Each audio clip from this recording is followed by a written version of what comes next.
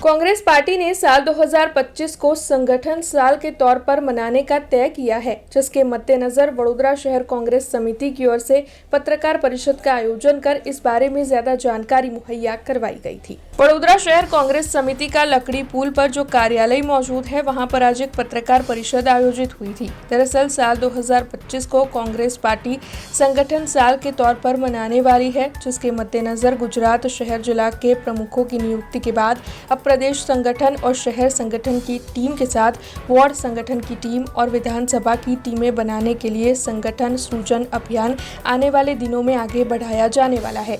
इसी के साथ कांग्रेस पार्टी की विचारधारा के साथ नए लोग जुड़े, इसीलिए जनता के साथ जुड़ने की कोशिश कांग्रेस पार्टी की ओर से की जाने वाली है। तब आज इस पत्रकार परिषद के तहत इस बारे में ज्यादा जानकारियां मुहैया करवाई गई।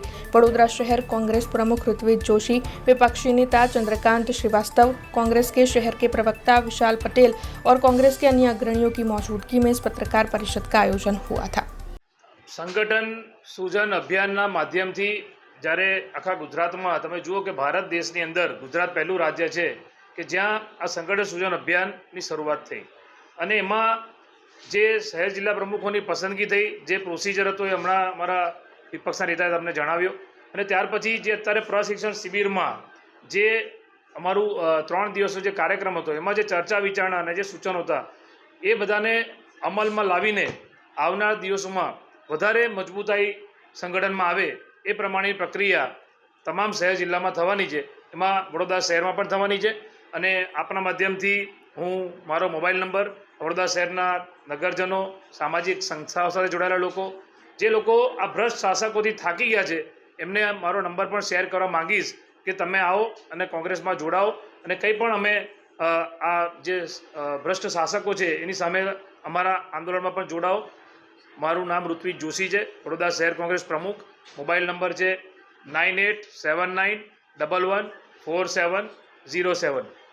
આજે વડોદરા શહેરમાં અમે પ્રેસ કોન્ફરન્સ અમારા કોંગ્રેસ કાર્યાલય પર રાખી છે તો પોલીસના મિત્રો પણ આવી ગયા છે અમારા કાર્યાલયમાં। એટલે વિચાર કરો કે આ લોકો કેટલા ગભરાય છે।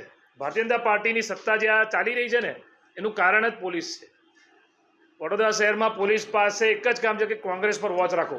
મને તો એવું લાગે છે કે કદાચ મારો મોબાઈલ નંબર પણ ટ્રેસ થતો હશે। એટલે મને આપણા માધ્યમથી એ પણ કહેવા માંગીશ કે ગુજરાત રાજ્યના મુખ્યમંત્રીને કે ગુજરાતની પોલીસે તમારે સંદેશો આપવો હોય તો તમે મારો મોબાઈલ કરશો તો આપણી વાતો પણ કદાચ સરકાર સાંભળતી હોય। એટલે આ લોકશાહી છે કે નહીં આ પણ આ એક મોટો પ્રશ્ન છે।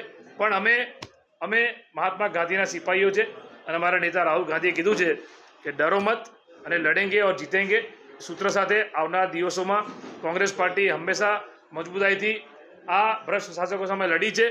हमसे जुड़े रहने के लिए हमारे YouTube चैनल को सब्सक्राइब करें और नई वीडियो की नोटिफिकेशन के लिए बेल आइकॉन को दबाएं।